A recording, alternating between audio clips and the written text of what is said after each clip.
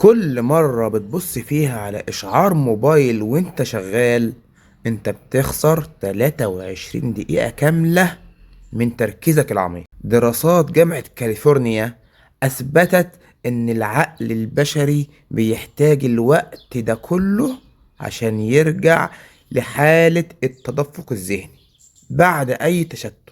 يعني لو فتحت الموبايل 4 مرات بس في اليوم، انت فعليا ضيعت أكتر من ساعة ونص من أغلى وقت في إنتاجيتك. الأرقام ما بتكدبش. التشتت هو الضريبة اللي بتدفعها من أحلامك.